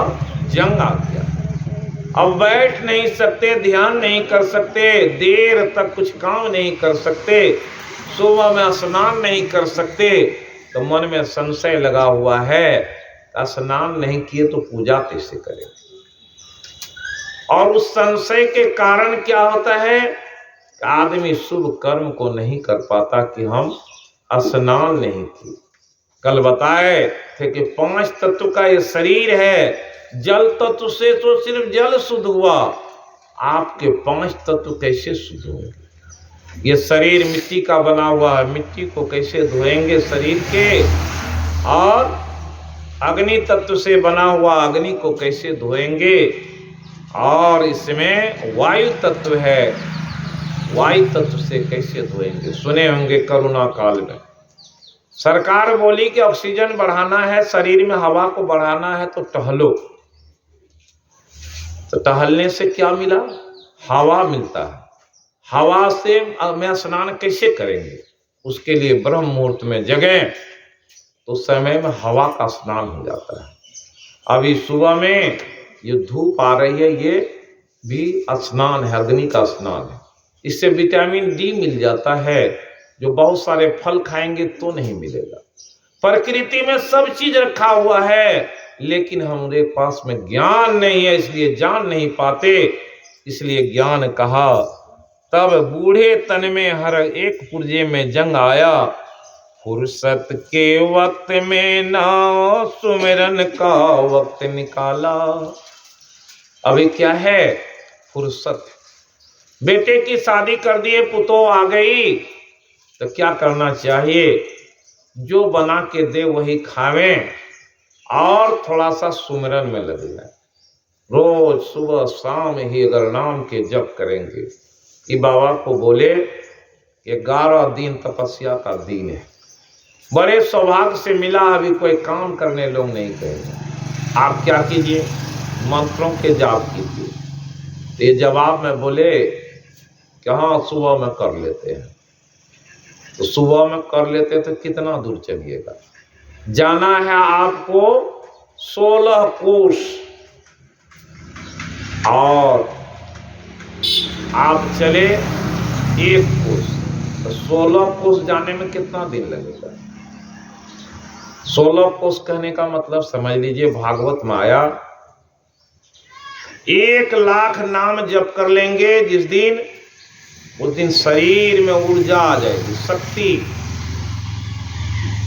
3 लाख नाम जप कर लेंगे तो बीमारी आपके शरीर में प्रवेश नहीं कर पाएगा, कवच बन जाएगा। 3 लाख ही अगर करना चाहेंगे तो क्या साल लगेगा, अंदाजा लगा लीजिए। 108 नाम सुबह जपे, 108 नाम शाम में, कितना हुआ 200। 30 दिन जपेगा, कितना हुआ 30 दिन में 6000 हुआ, और 6000 जपे 1 महीने में, 12 महीने में 12 छक 72,000, 1 लाख भी नहीं पूरा। और अगर 15 साल भी कीजिएगा तो कितना पूरेगा, 3 लाख नाम जप करने के लिए अभ्यास करना पड़ेगा। 11 दिन में ही मुक्ति पा लिया, कैसे पा लिया। कल सुना रहे थे, वो संस्कार दिया था ध्रुव को, माता के गर्भ में वो भी संस्कार पाया, नारद जी भी पाए। तो नारद जी को जब वो भूख लगी नाम की तो क्या थी, संतों की मंडली आई थी, वहां वही अन्न तो खाया, संतों के आदेश से खाया तो तुरंत उसकी बुद्धि बदली, और उस कीर्तन में जाकर के बैठने लगा, उसकी बुद्धि बदल गई। किसके प्रभाव से, अन्न के प्रभाव से। वो अन्न कैसा होना चाहिए, जिसको खाने से मन बदल जाता है, शुद्ध होना चाहिए। वैसे विशुद्ध अन्न को नारद जी खाए, संतों की टोली जाने लगी, बोले प्रभु आप बताइए क्या करें, हमको भी साथ लेते जाइए। तो संतों ने कहा अभी तुम्हारी माता है, उसकी सेवा करो, जब माता संसार छोड़ देगी तब निकल जाओ। अपने माँ की श्राद्ध किए और नारद जी उत्तर दिशा में चल गए। जाते जाते ऐसे जगह पर पहुंचे, भूख प्यास सता रही है, लेकिन किसी की परवाह नहीं। जिस दिन रहेगी तो परमात्मा से भेंट हो जाएगी। नारद जी एक जगह देखे, बड़े सुंदर जल है, उसमें स्नान किए, बैठ करके ध्यान करने लगे तो परमात्मा का दर्शन हुआ, बड़े आनंद हुआ। अद्भुत अंतर की डगरिया, जहां पर चलकर प्रभु मिलते। वो डगर के बारे में कल बताए थे। वो डगर कैसा है तो 7 चक्र बताए कि उससे जा सकते हैं। दूसरा डगर कैसा है, वो डगर भक्ति का है। वो डगर कैसा है, कोई चक्र नहीं चलना पड़ता, कोई कोस नहीं देखना पड़ता, सिर्फ वो प्रेम हो जाए परमात्मा से। वो प्रेम का रस है, भक्ति रस है, जो कौन किया, मीरा की, कौन किया। ऐसे ऐसे भक्त हुए कि जो उस भक्ति को किया तो सब कुछ मिल गया। उसी को यहाँ कहे, फुर्सत के वक्त ना मैं ना सुमिरन का वक्त निकाला, उस वक्त मांगा जब वक्त तंग आया। कब मांगते हैं लोग? बुढ़ापे में कहते हैं प्रभु थोड़ा समय दीजिए तो हम भक्ति करेंगे। लेकिन वो भक्ति कर पाता है। समय निकल गया, गाड़ी निकल गई, तब चला मुसाफिर, तो कैसे मिलेगा? आयु ने जब हथियार फेंक डाले, तब यमराज फौज लेकर लड़ने आया। लेकिन यमराज कैसे आएगा? बिछावन पर भी पड़े हुए हैं। अगर आप नाम का सुमिरन कर रहे हैं तो यमराज नहीं आएंगे। क्यों नहीं आएंगे? यमराज अपने दूत से कहा परिहर, अरे उसे छोड़ दो। किसे? जो भगवत भक्ति मत्तान, जो परमात्मा के सुमिरन में लगा हुआ, उसके नजदीक यमराज नहीं आ सकता। वहां कौन आएंगे? वहां देवदूत आएंगे। और देवदूत जब आते हैं, वो बिस्तर पर पड़ा हुआ भी व्यक्ति आनंदित रहता है। उसे कबीर साहब की वाणी याद हो जाती, जा मरने से जग डरे, ताही मोहि आनंद, कब मरियो की पहियों परमानंद। शरीर जर्जर हो जाएगा, लेकिन अंदर में जो वो चेतन है वो जवान हो जाता है। किसका? जो नाम की सुमरन करता है। इसलिए ये भजन सुनाए और गोकर्ण की कथा, और कल सुनाए थे उस माता की जो शिव जी को क्या दिए, शाम हो गया कुछ नहीं दिया। अरे सुबह में आया, दोपहर में आया और शाम तक आया, पता नहीं चला कि ये माता कुछ देने वाली नहीं है। तो भगवान गए तो क्या किए, यमदूत को भेज दिए, जाओ उस बुढ़िया के प्राण को ले आओ। यमदूत आया, बोला माता चलो। कहाँ चलना है बेटा? बोला तुम्हें नरक जाना, हम यमदूत हैं, चलो। जैसे यमदूत का नाम सुनी तो बोली ये माला लेकर तो हम जब हमेशा भगवान का नाम लेते हैं, शिव का नाम लेते रहते हैं, फिर हमें नरक क्यों जाना पड़ा? तो यमदूत कहा कि तुम माला को फेरती है, लेकिन तुम्हारे पास दया धर्म का मूल है। क्या है? दया, वो नहीं है। अगर दया होता तो माला नहीं भी फेरती तो काम बन जाता। लेकिन दया के अभाव में माता तुम्हें नरक जाना पड़ रहा है, चलो। अब जब बुढ़िया को लेकर के चला तो अब क्या होगा कि आंख में आंसू, ना हम कैलो साधु संगतिया, ना सुन लो कछु ज्ञान। अब ते जम के मुंगरी याद करी करी, थर थर करे छे मोर प्राण हो। अब की करिए भगवान हो। बुढ़िया बोली यमदूतो, एक बार कहीं शिव जी का मंदिर मिल जाए तो हमको जरा सा उस मंदिर में ले जाना। भगवान से पूछेंगे आपके बहुत नाम का जाप किए फिर भी नरक क्यों जाना पड़ता। तो वहां जा करके वो बूढ़ी माता बोली, हे भगवान, जब मंदिर आया यमदूत ले गए, ये मंदिर है तुम्हारा शिव का, जाओ पूछो। शिव जी के पास में जाकर के माथा पटकने लगी, है प्रभु थोड़ा सा वक्त दी, कोई भूल हुई है तो भूल का सुधार हम कर लेंगे। भगवान बोले, माता सुधार तुम कर नहीं पाओगे, कैसे करोगे? न कर ले। क्या करेंगे? करेंगे जो कहिएगा वो। कहा कि वो भक्ति व्यवहारिक ज्ञान में लाओ। कैसा ज्ञान? व्यवहार में लाओ। सुनाए थे, क्या सुनाए? कल छठ व्रत की कथा सुनाए कि दोनों के यहां कुत्ता गया, एक कुत्ता को भर पेट खिलाया, एक मार करके उसके टेंगरी हाथ तोड़ दिए। दोनों के भाव अलग अलग है। नामदेव जी क्या किए, वही कुत्ता उसके यहां भी आया, रोटी बना करके रखे और कुत्ता आया, वो गए थे घी लाने के लिए।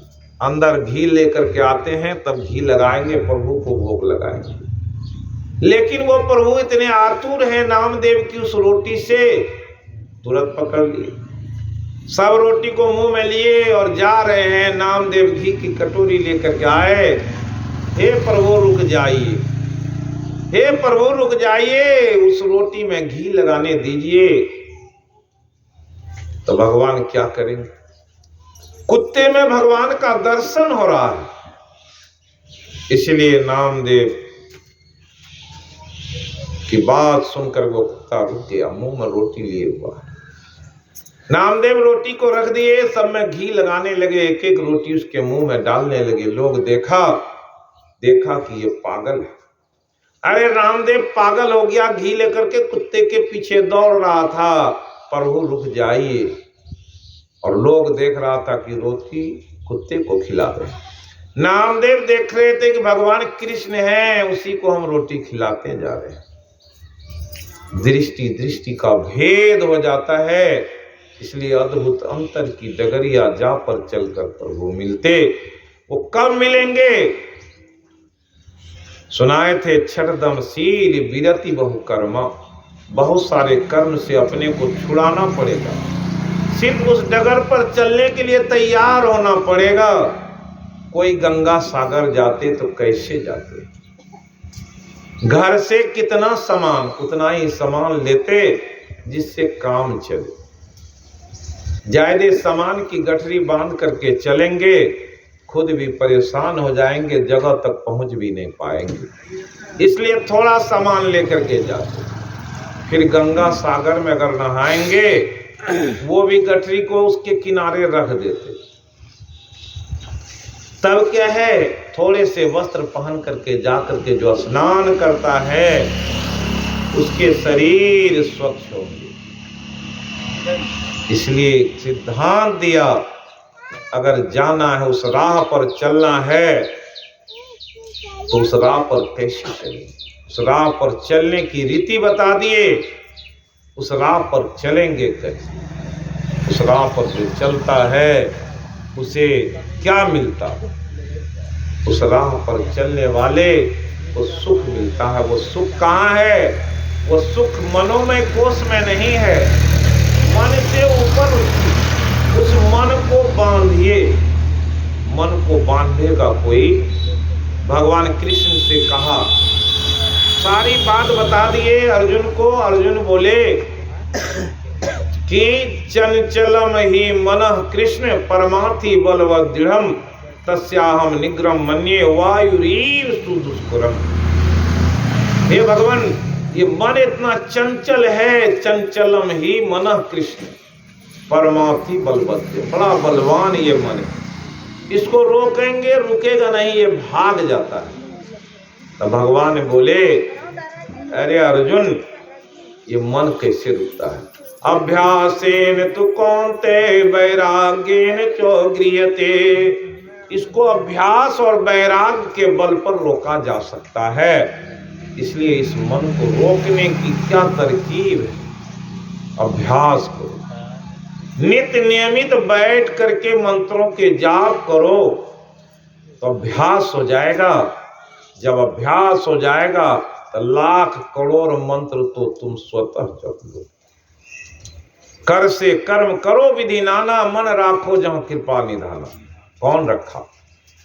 अभी करमेती बाई के बारे में सुनाए थे, सुन लीजिए। वो सोची कि क्या करेंगे,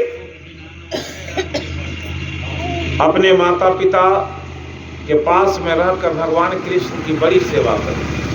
मन में हुआ कि वृंदावन चले जाएंगे, लेकिन तब तक बड़ी हो गई, उसकी विवाह कर दी गई। विवाह करना नहीं चाह रही थी। समय आया, उसके पति लेने आए, सारे गहना जेवर लेकर के आए। उसे शाम में ही पहन करके देखी और मन में वैराग था।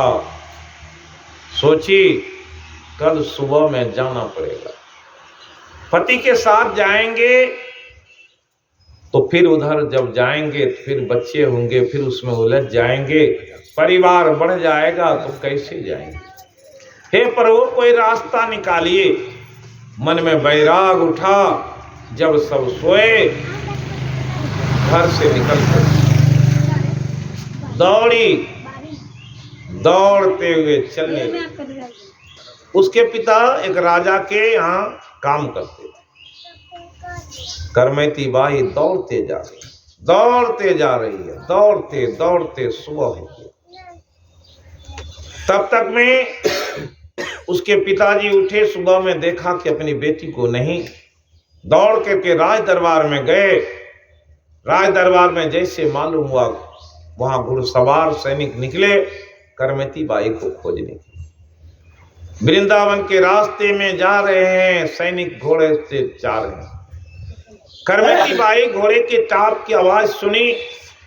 हे प्रभु कैसे बचेंगे। देखा कि एक ऊंट मरा था, उसके अंदर के जो है सारे चीज जानवर खा गए थे, उसके खोल बचे हुए थे। उसी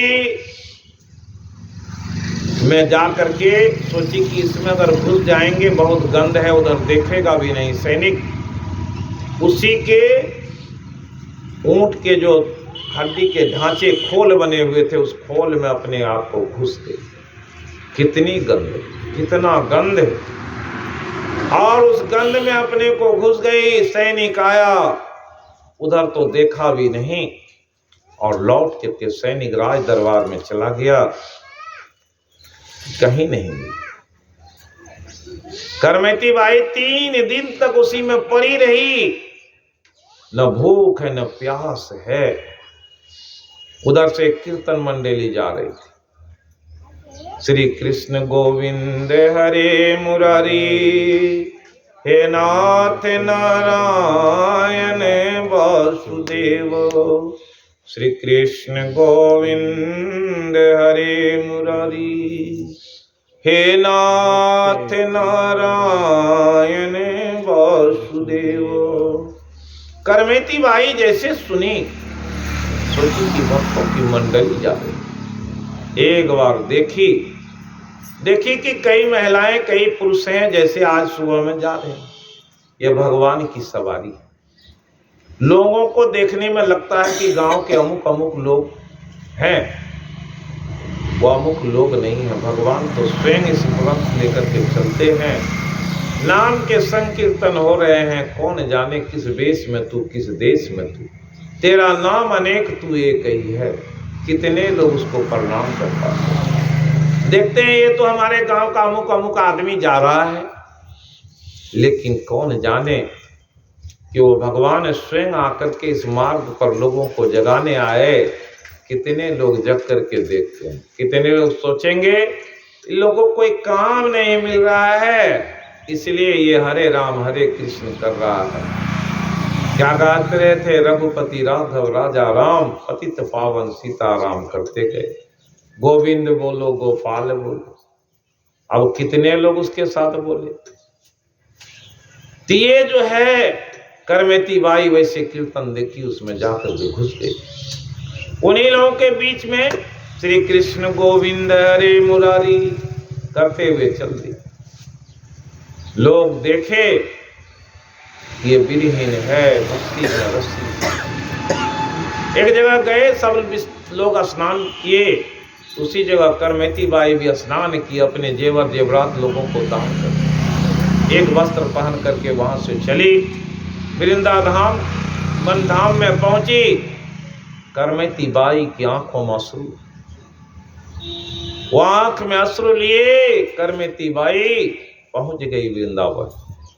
इधर राजा के दरबार में जब सुन लिए खबर, तो उनके पिताजी सोचे वो कहीं नहीं गई होगी, वृंदावन गई। वृंदावन जाकर के बहुत खोजे तो एक जगह पता चला कि करमेती बाई एक ऐसी युवती रो रही, जिनके रोने से आंख से आंसू जो निकलते वो पैर होकर के जमीन पर जाए। ये बात सुन करके समझ में आ गया कि वो मेरी पुत्री होगी। वहां गए, अपनी बेटी के दर्शन करके धन्य हो गए। बेटी तू इतनी बड़ी भक्तिन है, मुझे पता नहीं, धन्य है तू, चलो घर में ही भक्ति करना हुआ। बेटी बोली पिताजी मैं तो अब आ गई, जिनके शरण में आना था, आप भी इसके शरण में आना चाहते हैं तो आइए, नहीं तो जा करके अपने घर में भगवान की सेवा की। चले आए। वो राजा को उसकी विरक्ति का ज्ञान हुआ, राजा भी गए, सोचे चलो उस भक्तिन की सेवा करेंगे। उसके लिए वहां एक कुआं खनवा दिया, एक छत बनवा दिया। लेकिन करमेती बाई से बोले, करमेती बाई बोले कि हमें क्या चाहिए, कुछ नहीं। गज धन बाजी धन रतन धन शान खान, जब आवे संतोष धन सब धन धुरी सबान। जिस दिन संतोष हो जाएगा उस दिन ये मन चैन से रहने लगेगा। संतोष करें, जो मिल रहा है उसी को खाएंगे, जो समय मिला है उसी में भजेंगे, और जहां जिस रात में रहेंगे वहीं प्रभु के नाम लेंगे तो बेड़ा पार हो जाएगा।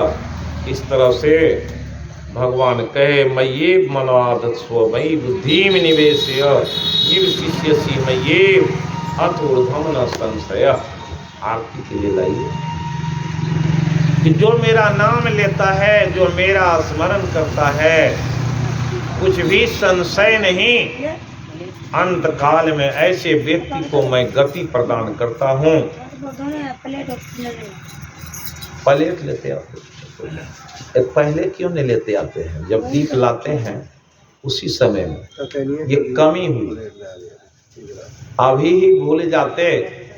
जब भगवान के यहाँ जाएंगे तो क्या क्या लेकर के जाएंगे, उस मार्ग में चलने की क्या तैयारी है, वो तैयारी इसलिए आपन आपन संवर बांधू है सखिया, भजन में गाया गया है। क्या है, जो उसके लिए तैयारी करेंगे उसके राह तो बड़े आसानी से कट जाते। इसलिए वैसी तैयारी करके चले, वैसी तैयारी करेंगे तो जीवन ये लोक और परलोक दोनों। कहते हैं कैसी तैयारी, वो मंत्र कैसा होता है। कहते हैं कोई बिरला यही विधि नाम कहे, मंत्र अमोल नाम दुई अक्षर, बिन रस ना रटे लागी रहे, होठ न डोले जीवन बोले, सुरति धरनी दृढ़ आई गहे, दिन और राती रहे सुधि लागी, यही माला यही सुमिरन है। नाम जपने के लिए न नहाना है न कपड़ा बदलना है, जिस हाल में पड़े रहें वो नाम आप ले रहे हैं, दिन रात रहे सुधि लागी। दिन रात जपते रहिए। पर वो परमात्मा क्या करते हैं सुनाएंगे अपराह्न काल में कि ये नाम किसने जपा और भगवान किसके यहाँ डटे रहे। जहाँ नाम के सुमिरन होते हैं, सूरदास जी के फोटो देखेंगे, सूरदास जी करताल बजा रहे हैं और सामने कौन बैठे हुए हैं? भगवान कृष्ण बैठे हुए हैं। देखिएगा फोटो, क्यों बैठे हुए हैं? भगवान को बड़ा आनंद हो रहा है, सूरदास जी मेरा नाम। वैसे कोई भक्त जब नाम लेते रहते हैं, यहाँ पर भगवान की चर्चा हो रही, भगवान अपने पार्षदों के साथ यहाँ मौजूद रहते हैं। इसलिए इस जगह में आएंगे तो बड़ी शीतलता मालूम पड़ेगी, बड़ा आनंद मालूम पड़ेगा, भक्ति के रस का आनंद मिलेगा। इसलिए भक्ति के रस से बढ़कर कोई रस नहीं है, वो प्रेम भक्ति है। और इसलिए रामायण में कहा जब सारे देवता एक जगह आए तो कहे कि परमात्मा से प्रार्थना करेंगे। इसलिए कहा शिव जी के पास में गए। शिव जी बोले कि वो भक्ति उस परमात्मा को कहाँ खोजो? वो परमात्मा हरि सर्वत्र, हरि कहाँ रहते हैं?